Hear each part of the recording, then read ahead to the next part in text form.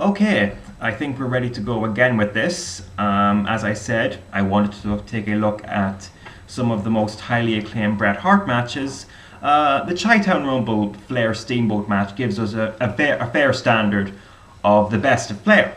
I can't say yet if it's his best match, but I'm sure it's top 5, not going any lower than top 10 for sure. So it's a very good standard to judge any other worker against as far as best of. And in this case, it's Bret Hart. This time, I will center in on the Bret versus Owen matches, starting with WrestleMania 10. Although, I think it is hard to talk about this one really because the positives are very obvious here. It's very focused, it's very tight, there's no filler, and there's a purpose to everything in it. Bret is the one that you feel is in control by default, and Owen is the one who has to step it up and impose his presence whenever he can. Sensible stuff. And there are some good moments that flesh out that premise. I think my favorite one actually was when Owen landed the pile driver and then went for the headbutt and failed. Very rapid, very unpredictable, very edge of your seat type stuff. And the thing about this match is it only gives you so many of those moments. The same thing I said about Angle Benoit, really. I mean, there's no problems holding it down. It just doesn't reach a great height for me. I can name off things that I enjoyed here. I mean, watching Bret and Owen fight over the sharpshooter was fun, although they could have got more out of the submission fighting. The opportunity to do so was obviously there. I mean, compare Bret reversing the sharpshooter or the figure 4 to Flair trying with all his might to resist the backslide pin attempt by Steamboat. The difference in terms of charisma and intensity is quite wide. Bret is dry by comparison, just has to be said. And the same applies for when he's in control, oftentimes. Owen is more unpredictable and oftentimes more enjoyable, whether it's a well-executed low blow spot or getting the most out of the legwork on Bret, all the way up to I thought it was a well-executed ending. The match, I give it 4 stars, which I think is very fair considering I did think there were a lack of big moments. It benefits from having little to no filler. Everything that was happening was always at least okay. I mean, compare that to the Flair Steamboat Clash of the Champions match, which has better big moments than this match does, but has a lot more drag. So that's what I have to say about the WrestleMania 10 match. Not a lot of interesting points to make, but I think that's reflective of the match I'm dealing with here. Next, we have SummerSlam 94 cage match. Here's the thing with this one. Remember when I talked about Triple H versus Shawn Michaels street fight? And I praised that match for not falling into what I thought was a very real potential threat, which is this guy's in control, then he's going to go and get some weapons, and when he comes back, the other guy will be in control. And that's the only way they do that. It's not a good prospect, and I gave praise to that match for not doing that. How do you imagine that trap translates into a cage match? I think you can answer that one actually. The trap is they take turns trying to scale the cage and escape, and they don't put enough effort into what comes in between those attempts. And when you don't do that, the result is a lack of believability and therefore lack of excitement when it's this guy's turn to climb the cage again. That's what this match had a lot of, and that's what holds this match down. And I say that a match that problem holds it down because they did do a lot of other things very, very well. And because of that, it's not a match killer. You put 2 lesser workers in there and, give them that, and they fall victim to that exact same problem, and it is a match killer. In this case, it only holds the match down, although it does hold it down quite a bit. It's not like there were any creative or logical reason not to do so many, or to do so many escape attempts with very little in between. I mean, this was a hate-filled feud, and there was a lot of hate in a lot of the other things they did. The strikes at the very start were very, very good.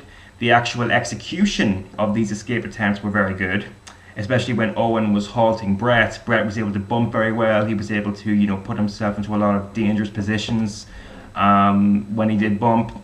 They did about as well as you can do with the limited amount of space that you have up there. Although the escape attempts at the door were more engaging, obviously. They have more space to work with, more opportunities to give off a sense of struggle. For example, the sequence where they were both taking these big dives at the door, that felt desperate and exciting rather than cheesy and cowardly. So credit to that. Credit to a lot of things, actually. It's just that less escape attempts, more memorable periods of control in the ring, and there was enough hate here for that to be entertaining as well, don't get me wrong. That way, when you do an escape attempt, it's like, wow, is this going to be it? Can Bret stop Owen? Can Owen stop Bret? That's the goal. We didn't really have a lot of that in this match, I don't think. It's the most glaring negative about this one. I understand it though, definitely. I mean, they had built this feud up to the point where the winner of this match was a big deal. So the fans cared about the winner. They were going to be into it anyway. So the match was definitely still a success, but that does not mean that the match quality was classic. It wasn't a classic. It was very, very good, but wasn't a classic. You know, I give this one 4 stars as well. It's slightly better than the WrestleMania 10 match. This match has better big moments, despite one big negative. WrestleMania 10 match has no real negatives, but just doesn't go that extra mile. So that's my take on the Bret Owen matches. So after watching these, I got to thinking about cage matches that I particularly like, because what I was thinking was, well, it's very possible that all WWE cage matches are constructed along those lines. So maybe this just isn't a type of match that I can just get into as much these days. You know, that isn't to say that it was impossible for Bret and Owen to have a match that I could rate very, very highly.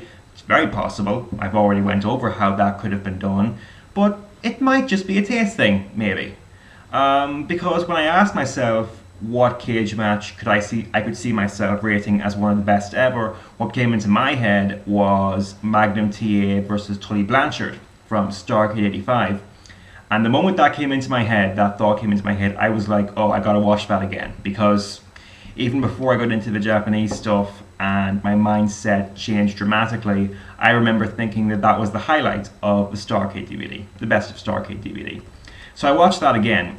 And yes, this is an I Quit match where the cage was there almost totally just to add to the dark, gritty fight atmosphere of this type of match. They did use the cage, of course, but its greater purpose was to add to that atmosphere, and that's what worked for me. To go into the match a little bit, this is just such a great match. You know, Blanchard's selling is ridiculously good. They scream with desperation into the microphone. A lot of unexpected and unpredictable transitions. One thing I really want to mention, this kind of got me a little bit excited. The 10 punch spot at the turnbuckle. That's a spot that WWE has made kind of cheesy, I guess. I mean, it's the sort of thing that you now associate with a guy running through a monotonous, never going to be interrupted comeback. It was never going to be that bad with these guys because, these guys are stiff with each other. That's going to help automatically. But even then, it was just so great to see that spot get interrupted before it was finished. I had my own little mark out for that. It's kind of pathetic, but I did. And then, of course, the wooden chair breaking is done in a very rapid and very heart-stopping way. They don't have to pause for dramatic effect at all because it just speaks for itself. And it just makes for such a really intense finish, wonderful stuff. Now, I gave that match 4.5 stars. But at the same time, I definitely acknowledge that it's far more of an I Quit match than a cage match. So here's my question. I'll put this on the forum as well. So if anyone wants, more than 500 characters, they can go there. Are there any 100% cage matches from any promotion that you guys might think you guys think I might go for?